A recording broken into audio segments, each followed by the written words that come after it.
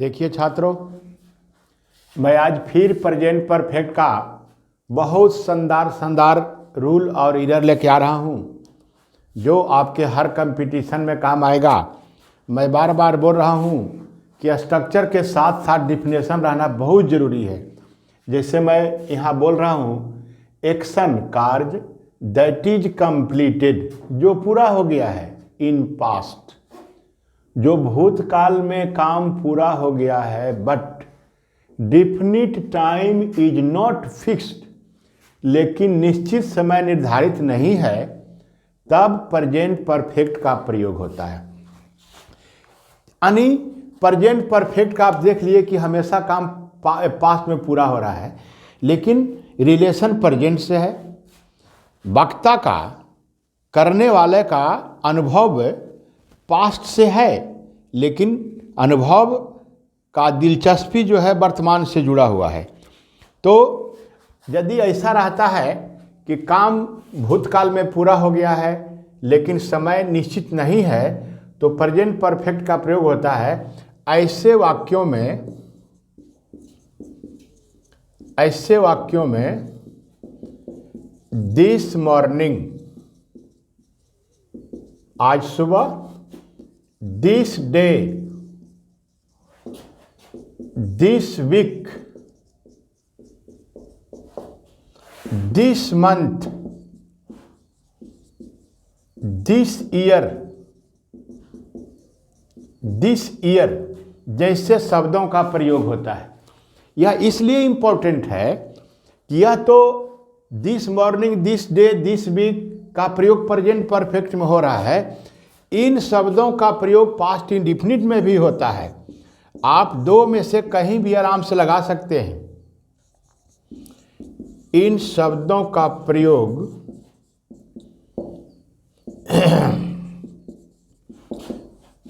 Past indefinite tense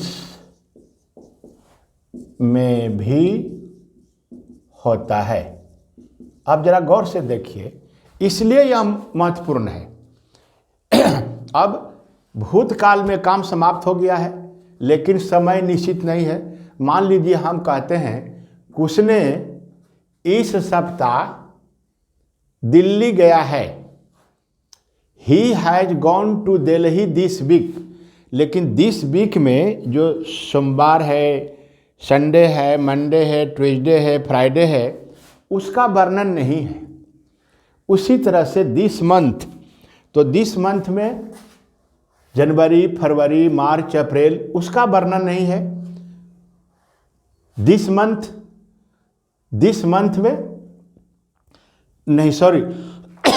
month में Sunday, Monday किसी का वर्णन नहीं है। दिस ईयर में जनवरी, फरवरी, मार्च, अप्रैल जैसे शब्दों का वर्णन नहीं है। तो कम से कम हम इतना रट लें कि इन शब्दों का प्रयोग प्रेजेंट परफेक्ट और पास्ट इंडिफिनिट में समान रूप से होता है। अब जरा देखिए उदाहरण।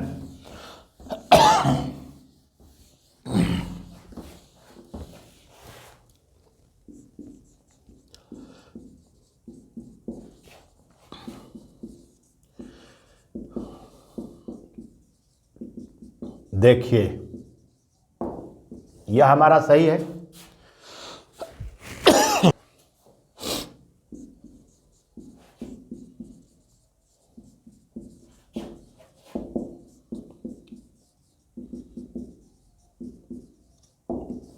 देखिए छात्रों, he has passed BA this year. आप तो जान चुके हैं कि हैज है प्लस V3 प्रेजेंट परफेक्ट में होता है, अब पास्ट इंडिफिनिट में V2 होता है। तो यदि हम हैज को हटा देते हैं तो यह पास्ट इंडिफिनिट हो जाता है और यह प्रेजेंट परफेक्ट हो जाता है। तो आप इन शब्दों का प्रयोग प्रेजेंट परफेक्ट या पास्ट इंडिफिनिट में आराम से कीजिएगा। He has gone to London this year। देखिए, इस साल काम पूरा कर लिया है लंदन जाने का, लेकिन कहता है time is not fixed. Year में जनवरी, फरवरी, मार्च, अप्रैल, उसका वर्णन नहीं है। लेकिन आप गौर से देखिए, action completed in past, present perfect का डिफिनेशन सही रहेगा तो हमारा ईरर पकड़ाएगा। डिफिनेशन के साथ साथ जो स्ट्रक्चर है, जो शब्द है, तो ये सभी समय सूचक शब्द हैं। तो आप देखिए कि हैज हटा दिए तो पास्ट इंडिफिनिट हो गया। अब इसी तरह he has gone to London this year, definite समय निर्धारित नहीं है। ईयर में जनवरी, फरवरी, मार्च, अप्रैल का वर्णन नहीं है। यदि इस तरह रहे तो हम निश्चित रूप से उन शब्दों को प्रेजेंट परफेक्ट और पास्ट इंडिफिनिट में दोनों रूप में करेंगे। He went to London this year, ये देखिए, ये भी सही है, ये भी सही है। ये प्रेजेंट परफेक्ट है और ये पास्ट इंडिफिनिट है।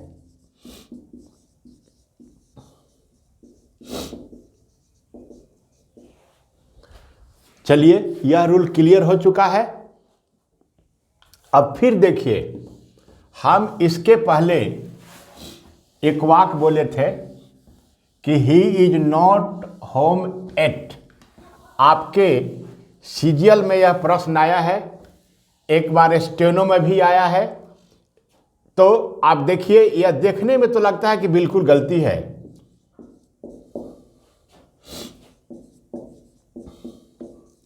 देखिए जरा गौर से, एट का माने हुआ अभी तक। एट का प्रयोग प्रेजेंट परफेक्ट के निगेटिव वाक्य में होता है। एट का प्रयोग प्रेजेंट परफेक्ट के निगेटिव वाक्य में होता है, और भी जगह होता है, लेकिन बोलने के समय तक काम पूरा होने का भाव व्यक्त हो तो एट का प्रयोग प्रेजेंट परफेक्ट के निगेटिव में होता है। अब जरा गौर से देखिए कैसे कैसे टेक्निकल प्रश्न आते हैं। अब आपकी इच्छा हो रही होगी कि कहाँ इज लगा है, कहाँ होम है। इसका देखिए दूसरा अंग्रेजी क्या हो रहा है। देखिए सेम अंग्रेजी, he has not reached home at, यही तो है कंपटीशन। देखिए इसका मतलब हो गया कि वह अभी तक घर नहीं पहुंचा है। इसलिए छात्रों, आप अच्छा अंक लाने चाहते हैं तो इसको ध्यान से रख लीजिएगा। यदि होम के साथ ईच लगा रहे, आर लगा रहे, एम लगा रहे और ये नोट भी लगा रहे और वाक्य के अंत में एट हो, तो समझिएगा कि this sentence gives the meaning of present perfect, और यही दूसरा अंग्रेजी होगा, he has not reached home at. Clear? अब देखिए फिर मैं दूसरा रूल और संदार लेके आ रहा हूं।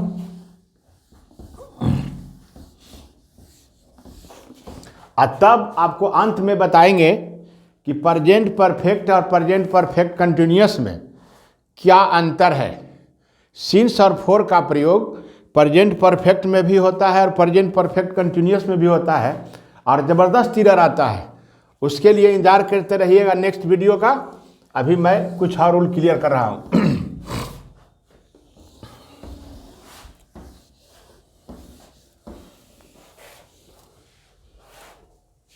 लिखिए,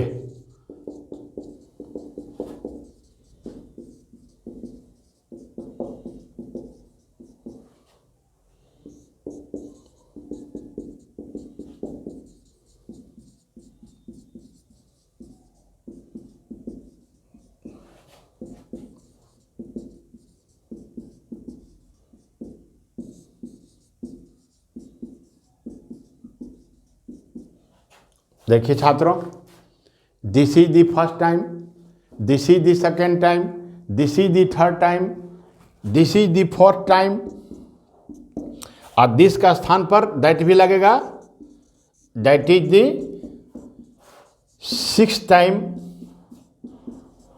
तो कहने का मतलब यह हुआ कि 6, 4, 7, 8, 9 कुछ भी रह सकता है। तो ये हमारा स्ट्रक्चर है, लेकिन भाव वही है, काम की समाप्ति और प्रभाव जारी, काम की समाप्ति, अनुभव जारी, यही हमारा मूल प्रेजेंट परफेक्ट टेंस का परिभाषा है, या बोलने के समय तक यदि कोई काम पूरा हो चुका है तब प्रेजेंट परफेक्ट का प्रयोग होता है। इसमें अधिकांश एक्शन पास्ट में होता है और रिलेशन वर्तमान तक रहता है। तो इतना के बाद हम दैट लगा देंगे और दैट के बाद प्रेजेंट परफेक्ट रख देंगे। ये हमारा स्ट्रक्चर में भी आता है और डिफिनीशन में भी आता है। देखिए कितना शानदार है। चूँकि first time, second time, third time, fourth time के बाद आने वाला कंजंक्शन दैट होता है और इसके बाद हम प्रेजेंट परफेक्ट को रख देंगे। जैसे this is the first time that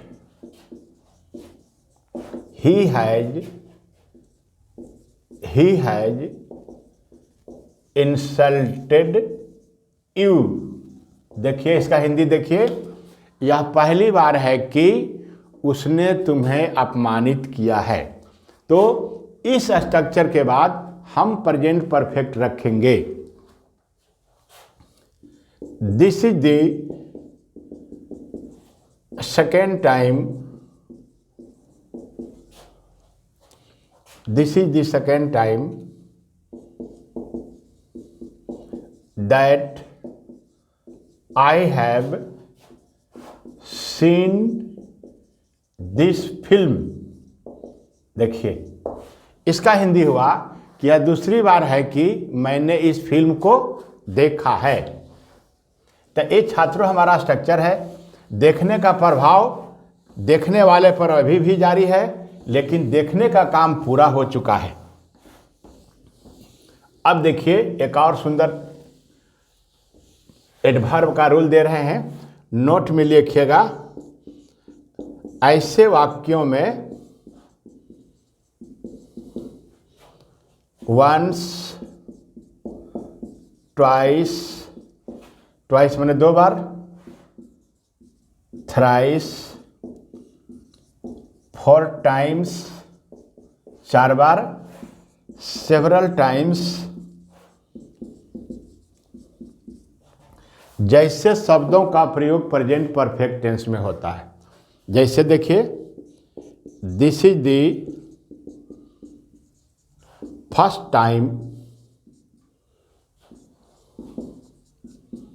time that I have beaten him thrice।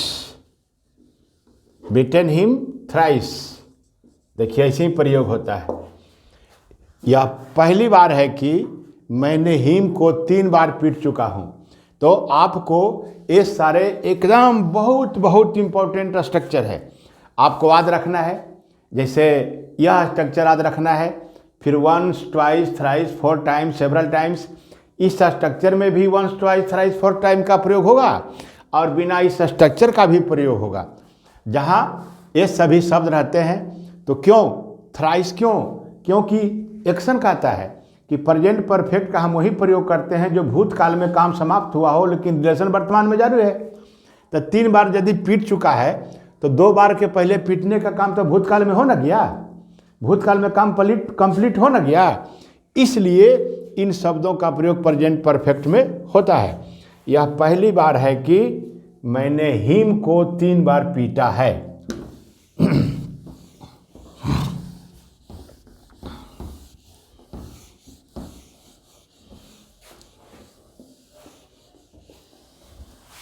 देखिए और इंपॉर्टेंट रूल देखिए छात्रों, ईभर, नेभर। देखिए ये बहुत शानदार रूल है। ईभर माने ये होता है any time up to now, अब तक, किसी समय। Never, at no time up to now, अब तक, किसी समय नहीं। आप पिछले वीडियो में देखे होंगे कि अप टू नाउ का प्रयोग बोलने के समय तक काम समाप्ति का भाव व्यक्त हो तो प्रेजेंट परफेक्ट में किए थे। नेवर का प्रयोग आदत अभ्यास बताने के लिए प्रेजेंट इंडेफिनिट में भी होता है, लेकिन इस अर्थ में यह प्रेजेंट परफेक्ट में होता है और एवर भी इस अर्थ में हमेशा प्रयोग में होता है। जरा देखिए कौन सा स्ट्रक्चर आता है। इस स्ट्रक्चर में हम एक रूल भी देंगे, इसको आप छुट्टा भी प्रयोग करेंगे और स्ट्रक्चर भी प्रयोग करेंगे। देखिए जरा, this village girl has never seen an aeroplane. देखिए सेंटेंस को देखिए कि यह ग्रामीण लड़की अब तक हवाई जहाज को नहीं देखी है। जिस समय बोला जा रहा है उस समय इसने देखने का काम नहीं किया है। तो ऐसे वाक्यों में नेवर का प्रयोग प्रेजेंट परफेक्ट में होता है, उसी तरह से एवर का भी होता है। देखिए बहुत भी I, this is the best book that I have ever read. देखिए यह स्ट्रक्चर भी है, अभी हम चर्चा करेंगे। यह सबसे अच्छी किताब है जिसे मैंने अब तक किसी समय पढ़ा है। बोलने के समय तक I have read this book, मैंने इस किताब को अब तक किसी समय पढ़ा है। कहने का मतलब यह हुआ कि बोलने के समय तक काम समाप्त हुआ हो और नहीं हुआ हो का भाव व्यक्त रहे तो एवर और नेवर का प्रयोग प्रेजेंट परफेक्ट टेंस में करते हैं। ये तो हम एवर का नेवर का प्रयोग स्वतंत्र रूप से कर सकते हैं और एक स्ट्रक्चर भी आपको दिखा रहे हैं बहुत सुंदर।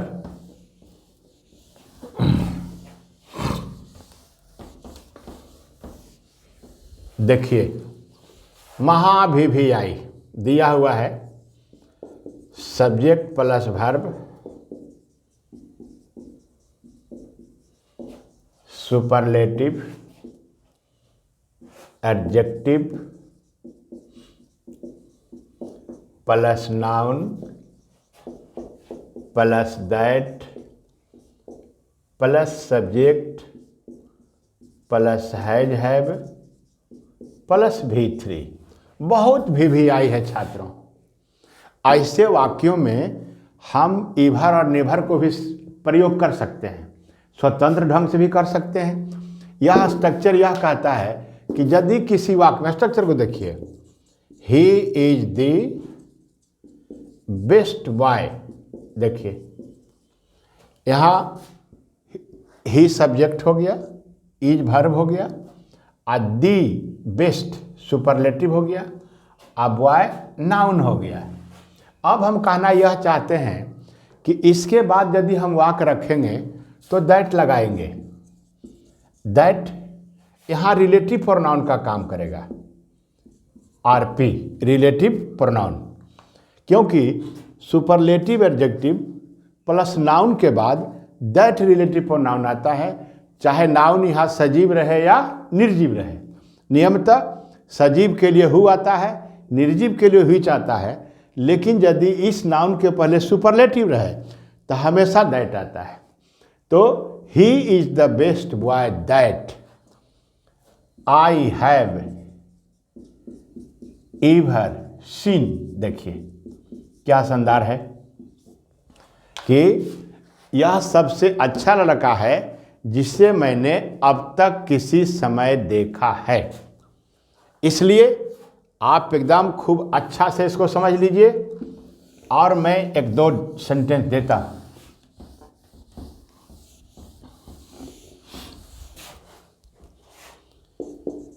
He is the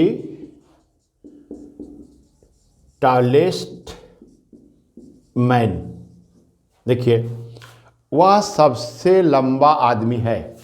चूंकि टाउलेस्ट के कारण आने वाला रिलेटिव प्रोनाउन दैट हो जाएगा। That I have ever seen in my life. देखिए,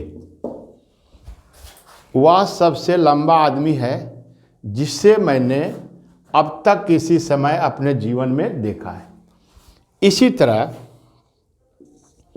she is the fattest girl that you have never seen in your life. देखिए, यह वह सबसे मोटी लड़की है जिसे तुमने कभी भी अपने जीवन में अब तक नहीं देखा है। तो ऐसे सारे स्ट्रक्चर हमारे प्रेजेंट परफेक्ट टेंस में बार बार आते हैं। ये स्ट्रक्चर तो इस बार सीजीएल में भी आ चुका है 19 में।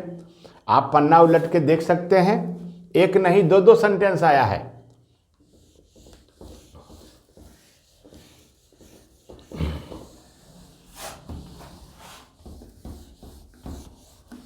अब मैं चाहता हूं छात्रों कि इसी तरह मेरे चैनल को अधिक से अधिक सब्सक्राइब करें, लाइक करें, शेयर करें। इसके लिए मैं बहुत बहुत आपको धन्यवाद देता हूं और अपने साथियों के साथ भी शेयर करें।